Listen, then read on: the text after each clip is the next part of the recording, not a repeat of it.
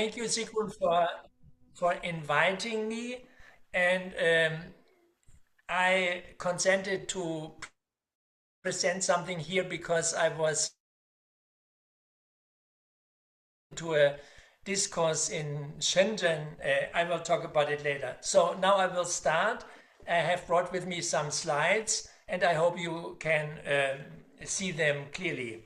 After dividing and ruling the world for the last 500 years, Europe has now become dependent itself. So dependency is one of the main topics.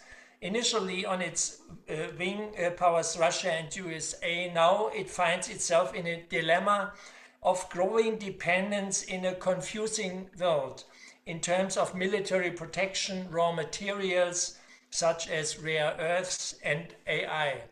And this has been addressed just recently by Markus Tauber. I have here a text from Süddeutsche Zeitung, and he will give a presentation in the Confucius Institute, I think, in the next fortnight on this issue of how to cope with this dilemma we are in. My thesis is that Europe should move away from its role as a victim and take its own initiatives. I discussed this at conferences in Hainan and Shenzhen last year. In the spirit of a new openness of the world, Europe must seek open exchange and cooperation with all countries while remaining confident in its own strengths. This was already brought forward by Gottfried Wilhelm Leibniz. Here it would be nothing, and so I can't read my own slide, but I think you see the text. Challenges like open source, large language models are now coming up. And maybe it's a little bit fast, but if you want, I can share the slides with you later on. I don't know how to make this slide a little bit smaller for me because I have only the laptop here. So how can I reduce? So here, oh yeah, I think this is the critical discourse on open source. What is it? Yeah, I will skip this. You see, there is this open source race, and Jared Dunman in Foreign Affairs has in February last year brought up this issue, and he argues that the United States themselves should mount a comprehensive program to develop and deploy the best open source LLMs. And this question now is very open, and you see that this is discussed everywhere. I will not enumerate the issues on how to use in the future Microsoft and all this kind. So this is one of the challenges and one of the dilemmas we are in the present day. In becoming part of this race, Europe can and should build on traditions, and this is my thesis, of the Enlightenment, the actual age, and the challenges arising from modernity. Europe should realize that we can only meet these challenges with a new turning point, as John Torpey has put it in his thesis of the three actual ages, where he says that we are in a third actual age, in a mental actual age, where we have to overcome the results of the extraordinary productivity and the modernization consequences we are now experiencing. In this context, Europe must complement its previous focus on the West with a strong focus on the East, and not forget that the discovery of America was actually the result of the search for a new route to India. This is where we need to pick up the thread with a post-colonial attitude and a post-colonial openness to the world. Here, AI might help opening up new horizons. We should therefore welcome the possibilities offered by AI. In the field of sinology, to take this as an example, the architecture of AI dealing with China needs to respect the complexity as well as the essence of the different traditional cultures and perspectives. This might result in a double helix structure as prerequisite for all AI applicable to human cultures, including Chinese culture. In consequence, AI has to resonate to the total variety of meanings and positions which can be found or detected in the past as well as in the present. Only by this, AI in sinology, like in the humanities in general, will be prepared to serve as a basis for what has been identified as a third actual age necessary to facilitate global citizenship. To improve the quality of the humanities, it was always without any question that the most advanced technologies for research purposes should be implemented. In this context, to consolidate methodology today, a better understanding of the machine condition is a fundamental prerequisite, especially because it might help us, and we just talked about this before this lecture, to better understand the human condition. By realizing what generative deep learning could be used for, the question immediately arises why we want machines to be creative. As some researchers put it, I quote, improved understanding of how machines operate and affect society are general benefits arising from detailing and understanding the machine condition. This is from Colton. You see the literature I have used here. Thus, we should accept that people might want to think of machines as companions, carers, and collaborators. One even might expect that in studying machine condition, one long-term milestone might be machines which define their own condition and surprise us by describing aspects we hadn't previously thought of. Thus, we admit the possibility of reinforcement learning, as we saw when AlphaGo in a match with the Go player C. Sedol won all out of 5 games in March 2016, already 10 years ago. The study of this case could be used as a fundamental tool in teaching AI. Thus, we can realize that AI, you have it on the slide, could become an indispensable research partner under the right conditions and significantly increase efficiency in data processing and pattern recognition. It remains, however, an open question whether, as a consequence of this, the core competence of humanities scholars will shift more towards the formulation of in-depth original research questions and the ability to critically interpret and synthesize or reduce reflexivity. Furthermore, the question arises, could the trend towards the fragmentation or alienation of humans, which may have been facilitated by excessive division of labor in the past, possibly be reversed to some extent by AI taking on more specialized, process-oriented tasks?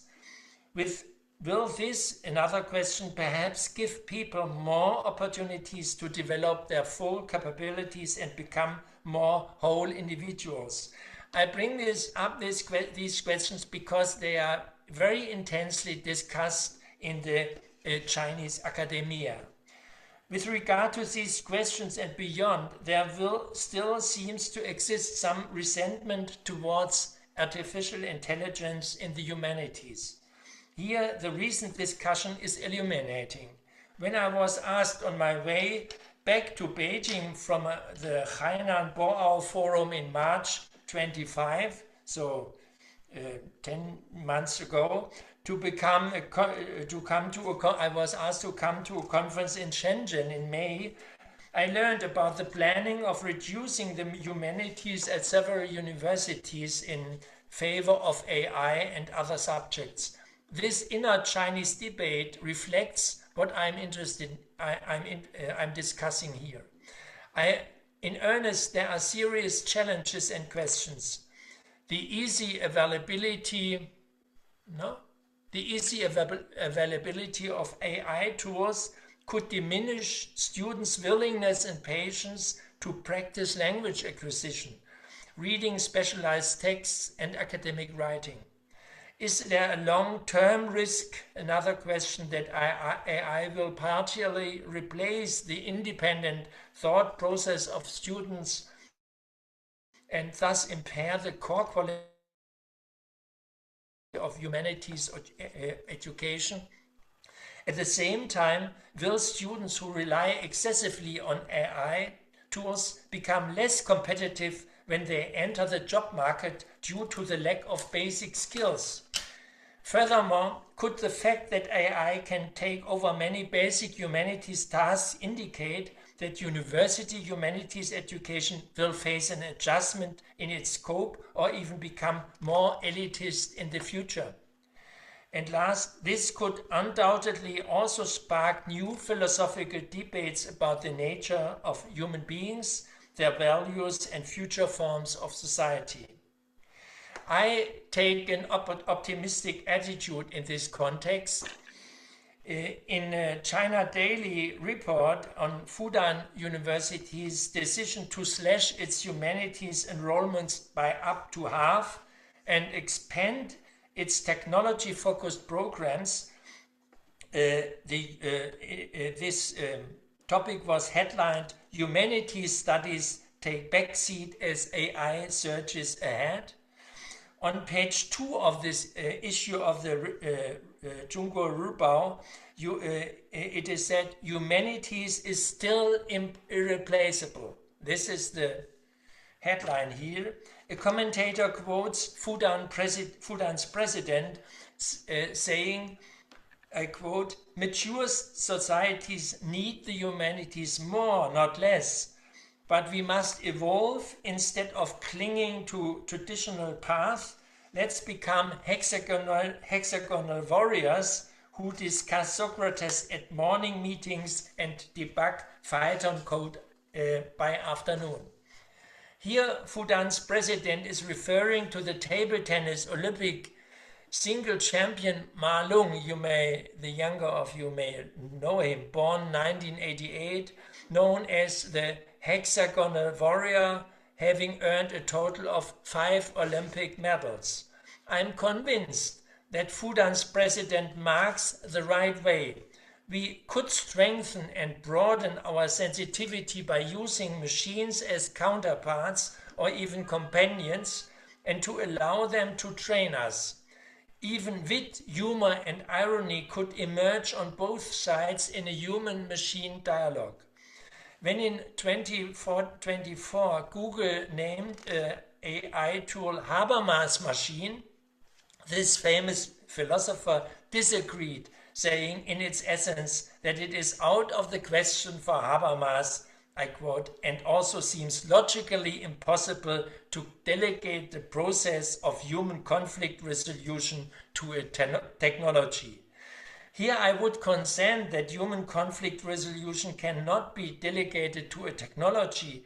That technology, however, might be helpful and even crucial to solve a conflict, for example, by deepening the mutual understanding. When Habermas is quoted, each participant in a discourse is expected to take on the challenging task of sensitively adopting a mutual perspective in person from which he or she can assess their own interests and value orientations in the light of the equally affected and possibly impaired interests and value and orientations of all others who may be affected, and, if necessary, adapt them to these. I would add that this process could be supported by the enhancement of machine intelligence as it is practiced already in medical surgery as well as in many other realms. Furthermore, individuals could be trained in sensitively adopting a mutual perspective. But what does it mean to discuss Socrates at morning meetings and debug Phaeton code by afternoon? Here the cultural traditions and the variety of worldviews and the need of humans for a meaningful life come to the fore, and at the same time the societal character of man and his urgent need to community building. Cultural traditions and the variety of worldviews comes here to the fore. What are the usual topics discussed in Germany, in Europe and in China and elsewhere? Looking at the debate, just to give an example, on Gurkhue, since the end of the Qing dynasty, which was brought forward by so many intellectuals like Liang Shuming, Liang Qichao, Tixianlin, Guo Moreau, and so many others, there are apparently cultural defined boundaries. We might all regard ourselves as global citizens, but at the same time, we are culturally impregnated and we sort of need to refer to our particular culture we belong to as well as to our individual fate. And apparently the present-day world is the result of processes of community building and nation building, whether we like it or not. To give just one example, the Danish nation is a result of inner European conflicts in the 19th century. There are also transcultural phenomena. On my flight, end of March, I unintendedly carried the seminal work by Sigmund Freud from 1900, 125 years ago, where he tries to understand the functioning of dreams. Back in Munich, I turned to reading Josef Vogel's recent book Meteor, Versuch über das Schwebende, Reflection on the Floating. And I imagined having as companion a machine knowing not only Musil's Mann ohne Eigenschaften and Freud's Jenseits des Todestriebs as well as Zhuangzi's Nanhua Zhenjing, besides many other texts from Karl Marx and Guo Moreau, Johann Wolfgang von Goethe and Shakespeare, and of course the whole Zhuangzi, including Ludwig Wittgenstein's philosophische Untersuchungen and Xu Bing's installation in the Pudong Kunstmuseum Meishuguan in 1923 and 24, but actually it started 22, this exhibition. With regard to the secularization in early modern Germany, especially Goethe would fit in as demonstrated by Albrecht Schöne in many of his writings. Since by now we know more about the human condition and about psychophysical matters, so it seems feasible to let AI produce even dreams or accompany us while sleeping and record for us useful information and make proposals for their useful interpretation. Instead of, for example, cultivating China Angst and the imagination of a yellow peril, we Europeans should pursue an enhanced promotion of the humanities with a strong support by AI and machines. This could be regarded as progress and the process of overcoming of what is called China Angst. This getting rid of misleading concepts might help us becoming more aware of real challenges and threats we are confronted with when some people plan on or compare to the past deadlier weapons. I think I have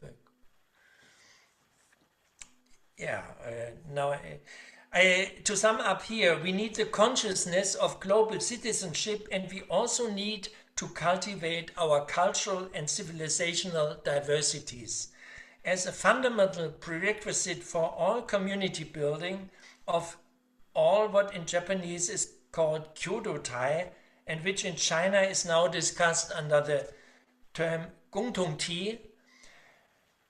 In consequence of this, all men and societies have to differentiate, have to make decisions, and by this have to practice a certain selectivity.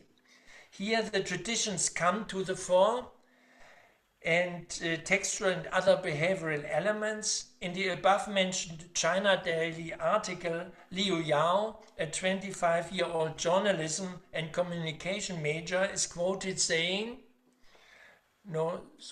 here it comes, "I choose the humanities simply because I love them since childhood. Devouring novel, obsessing over historical intrigues, and chasing answers to philosophical questions like, who am I? These weren't just academic interests.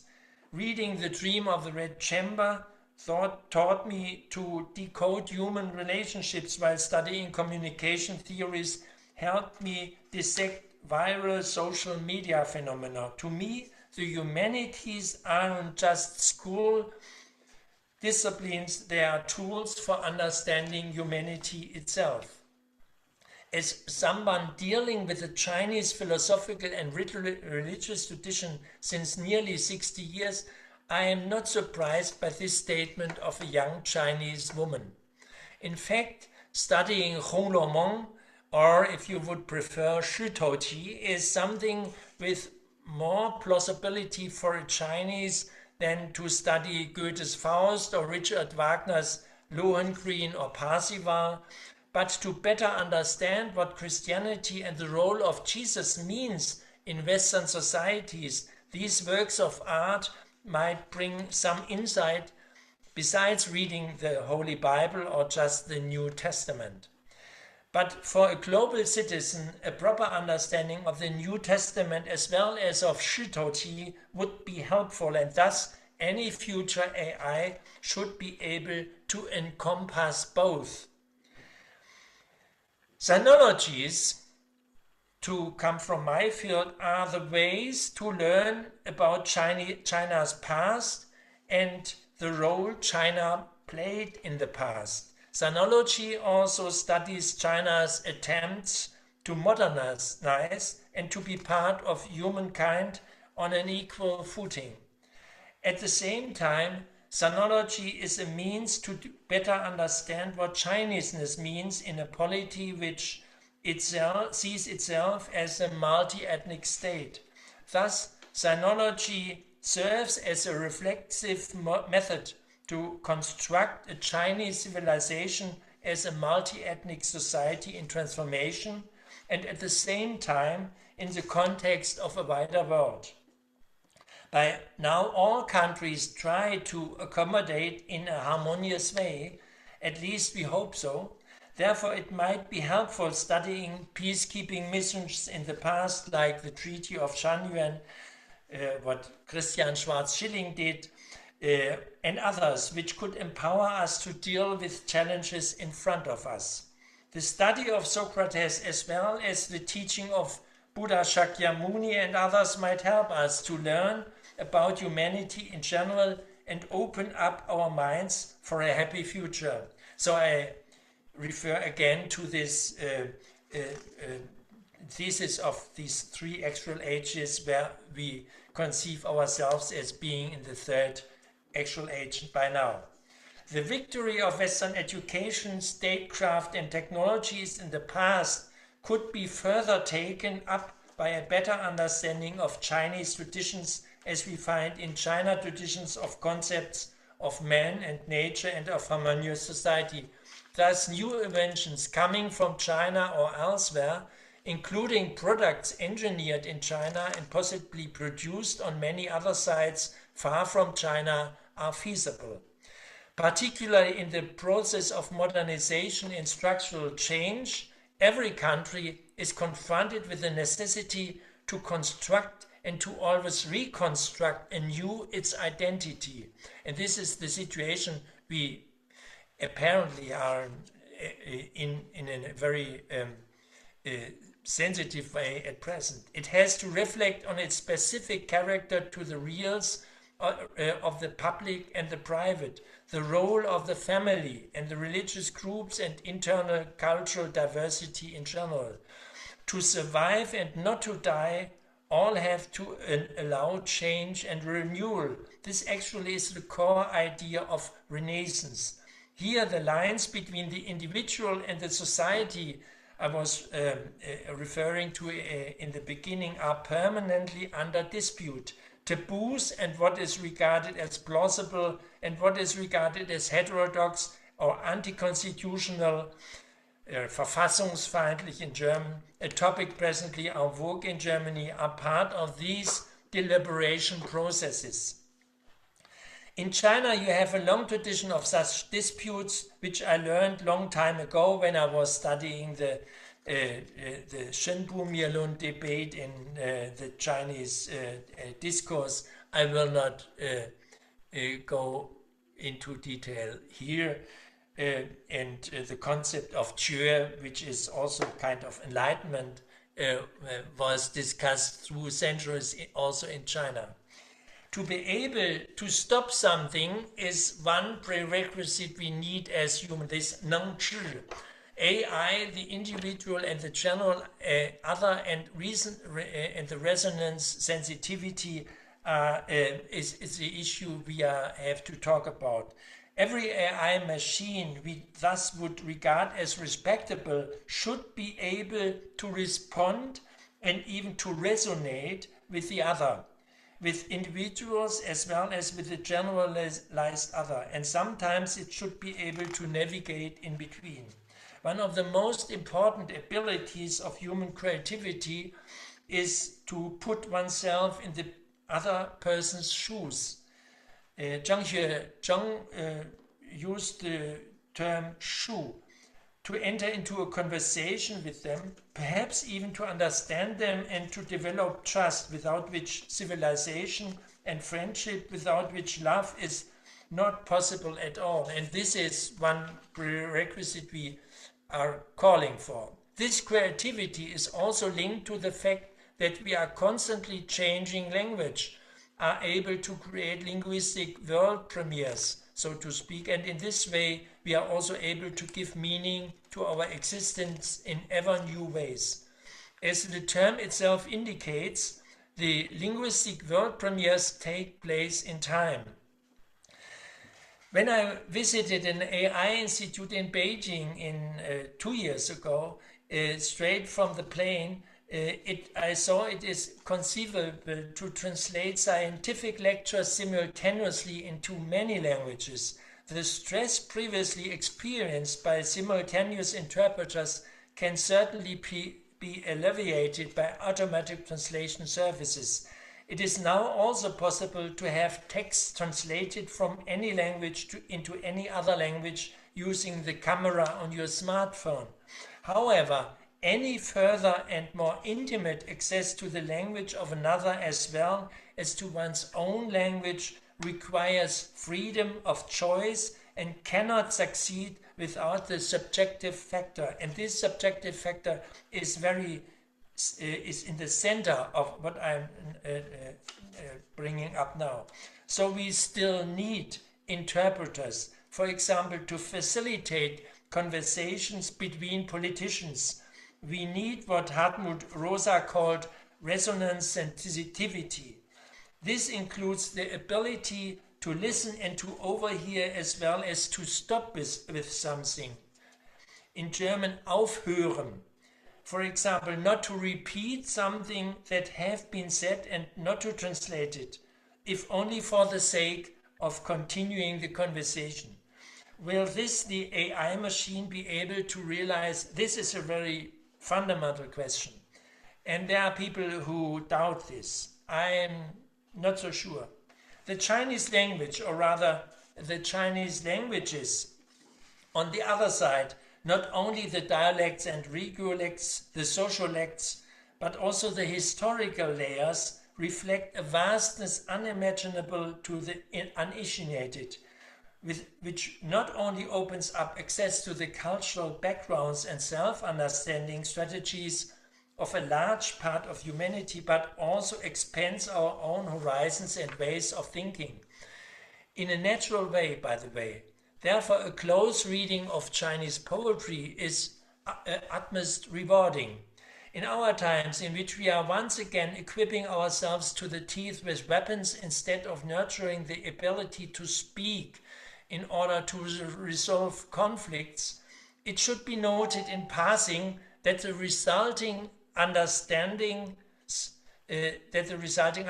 prevents misunderstandings and enables the negotiation of real or supposed conflicts of interest. I'm still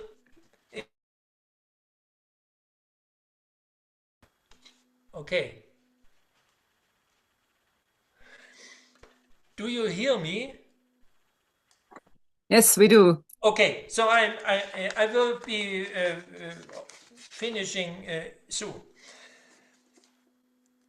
The future of a post-colonial Europe is one thing I'm aiming at, and for this I have taken up the concept of a new Bauhaus of digital modernity and cultural complementarity.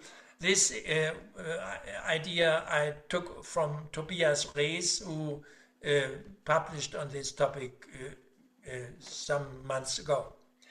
Europe, which was the cradle of modernity in the second actual age, needs in the future a positive model for herself, such as, for example, a new Bauhaus of digital modernity.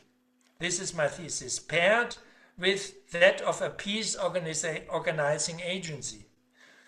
This is especially important since beyond the nuclear threat, we are already witnessing the emergence of a new generation of AI-based weaponry, which, in the words of Alex Karp from Palantir, wants to make America deadlier. Here, Europe, as well as other regions of the world, have to take up the idea of a third actual age. So I bring this up again and again. The richness of Europe, its experience of the Renaissance and in early modern times represented by figures like Leonardo da Vinci, Orlando di Lasso, Johann Sebastian Bach, or the artist Albrecht Dürer from Nuremberg, where I'm now living, as well as of modern philosophical and theological thinking in England, France, and Germany, and many other European cultures, could act as a repository of AI-based collective memory. Here, AI might be very helpful. This would become part of a global memory. To work with this and to use its results in a productive way, we do not need only AI as machines, but also the capability to deep reading and deep listening, encompassing reflexivity, and the ability to integrate distant views and immediately personal experiences.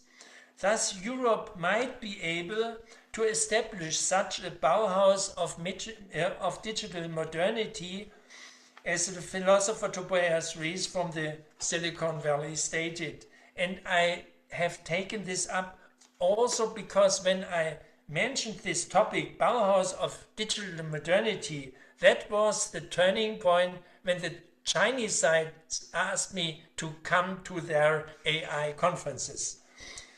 Tobias Rees points out that quantum physics shows us that the world is not a machine subject to the control of the engineer, and that it is of immense importance that we invent new concepts that make the new world in which we find ourselves conceivable and tangible. He says, since the word, he says, no, it's not, sorry.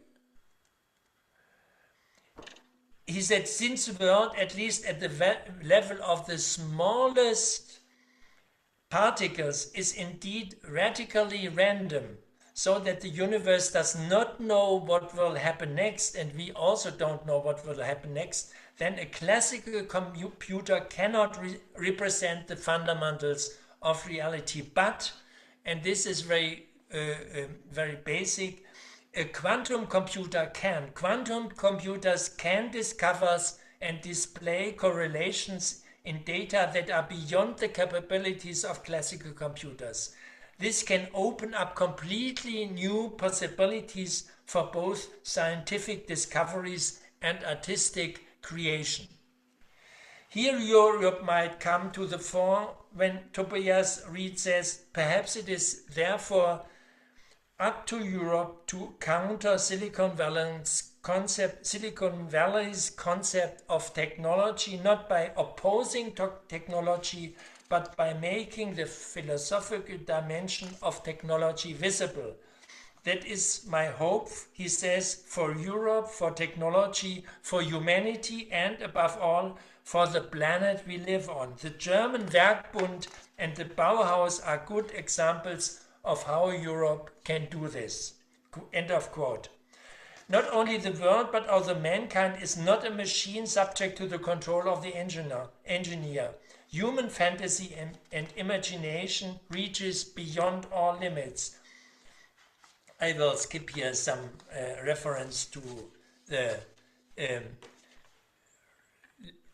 songs of the past. I come to Claudia Paganini, who says in the dawning third millennium, not only could humans be replaced by AI, but also none other than God himself. I would, from a European perspective, intervene and take the position Gotthold Ephraim Lessing took in 1778.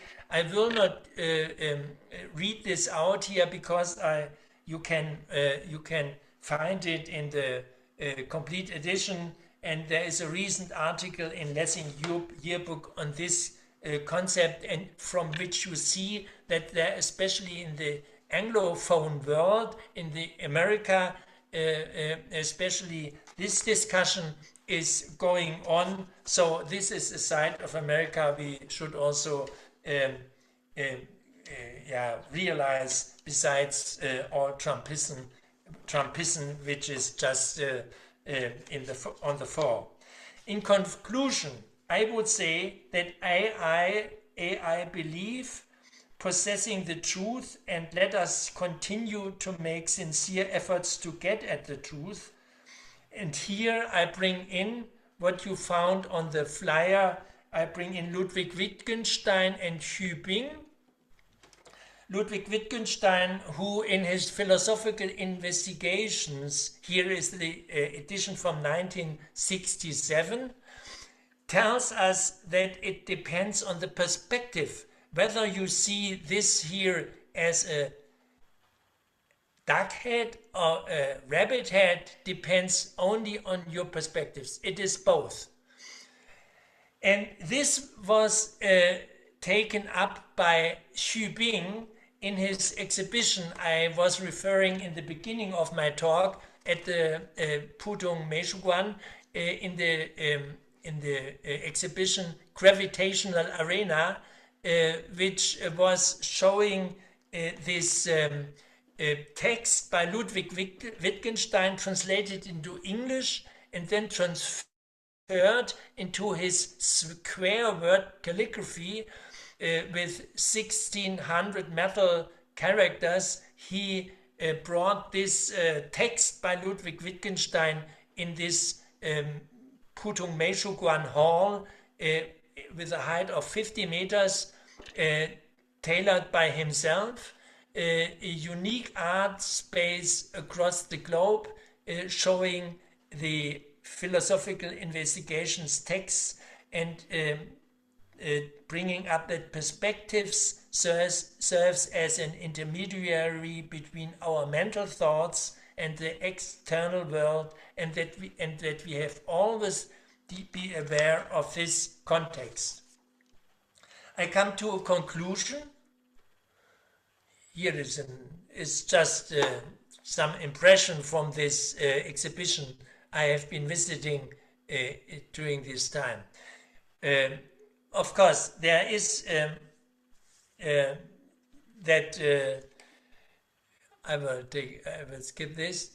I come to a conclusion. Firstly, we should prioritize the search for truth over any certainty of truth, and this holds true also when using AI. Secondly, this attitude is linked to the appeal to obstinacy, Eigensinn, as expressed by Lu Xun in the 20s, for example, and which can be traced back to a long tradition since the Tang and Sung dynasties, names such as Sulungpo, but also Confucian concepts such as Erbutung or positions taken by the artist Xu Bing are worth mentioning here. Thirdly, I would like to emphasize that such cosmopolitism, Weltoffenheit, I would use this German word for cosmopolitanism, is not an exclusive feature of European intellectualism, even though I refer to European traditions in describing these positions, which are closely linked to the European tradition of monotheism, experiences of secularization, and what we like to call the tradition of the Enlightenment. Fourthly, there is a special tradition of European cosmopolitanism, which justifies the expectation that Europe will continue to play a strong role in the world in the future. And this is in the core of my argument today. Current measures of isolation and caution under the banner of systemic rivalry jeopardize the potential of our own reflexive cosmopolitanism.